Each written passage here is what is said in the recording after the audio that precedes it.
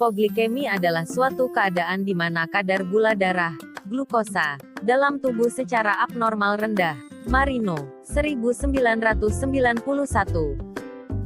Shock hipoglikemi adalah kejadian di mana penderita merasa pusing, lemas, gemetar, pandangan menjadi kabur dan gelap, berkeringat dingin, dan detak jantung meningkat, dan terkadang sampai hilang kesadaran. Etiologi 1.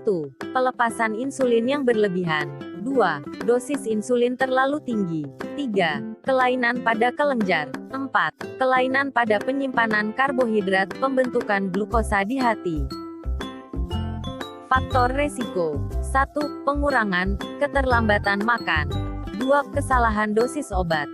3. Latihan jasmani yang berlebihan. 4. Penurunan kebutuhan insulin. 5. Hari-hari pertama persalinan. 6. Penyakit hati berat. 7. Gastroparesis diabetik. Manifestasi klinis. 1. Lapar. 2. Mual muntah.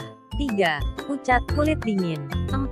Sakit kepala. 5. Nadi cepat. 6. Hipotensi. 7. Iritabilitas. Grup klasifikasi. 1. Ringan.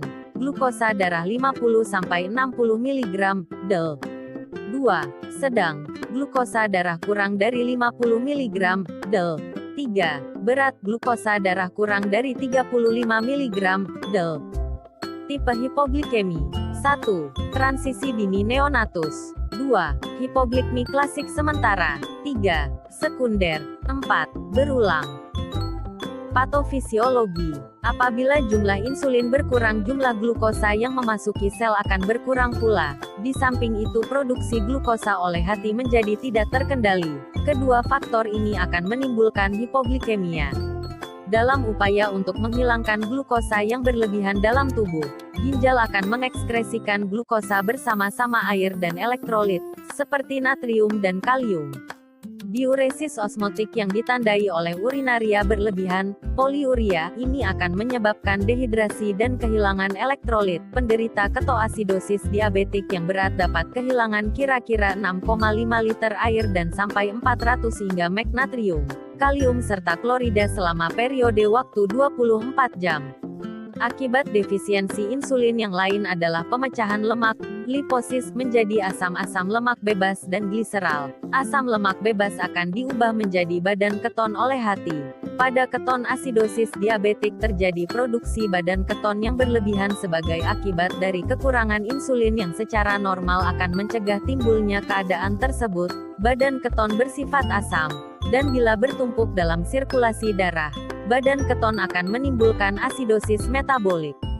Smeltzer, 2001. Pemeriksaan penunjang. 1. Perpanjangan pengawasan puasa. Tes primer untuk hipoglikemia. Perpanjangannya 48-72 jam setelah pengawasan puasa. 2. Tes bercampur makanan. Tes ini digunakan jika Anda mempunyai tanda puasa 2 jam postprandial.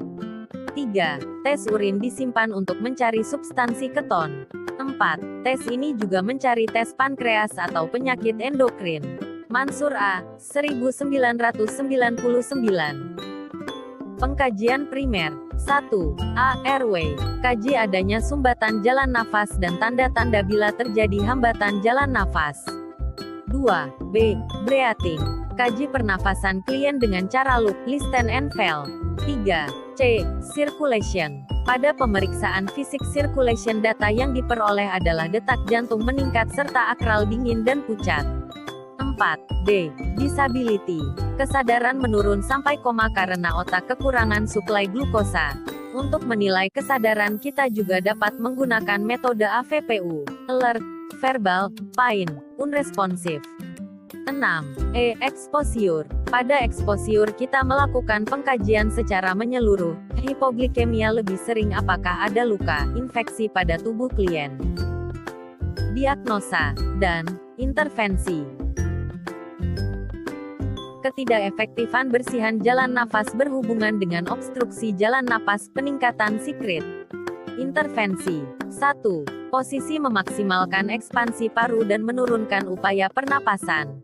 Ventilasi maksimal membuka area atelektasis dan meningkatkan gerakan sekret ke jalan nafas besar untuk dikeluarkan. 2. Penghisapan dapat diperlukan bila klien tak mampu mengeluarkan sekret sendiri. 3. Mengoptimalkan keseimbangan cairan dan membantu mengencerkan sekret sehingga mudah dikeluarkan. 4. Fisioterapi dada. Bak massage dapat membantu menjatuhkan sekret yang ada di jalan nafas. Defisit volume cairan berhubungan dengan diuresis osmotik. Intervensi. 1. Batasi intake cairan yang mengandung gula dan lemak, misalnya cairan dari buah yang manis. 2. Kolaborasi dalam pemberian terapi cairan 1.500 sampai 2.500 ml dalam batas yang dapat ditoleransi jantung. 3. Observasi suhu, warna, turgor kulit dan kelembaban, pengisian kapiler dan membran mukosa. 4. Pantau masukan dan pengeluaran, catat balance cairan. 5. Observasi TTV, catat adanya perubahan tekanan darah, turgor kulit CRT. Penurunan curah jantung berhubungan dengan vasokonstriksi pembuluh darah. Intervensi. 1. Jelaskan kepada pasien tentang tindakan yang akan dilakukan. 2. Berikan waktu istirahat yang cukup, adekuat. 3. Berikan pembatasan cairan dan diet natrium sesuai indikasi. 4. Kolaborasi dengan dokter dalam pemberian terapi diuretik. 5. Observasi, nadi, irama, frekuensi, tekanan darah.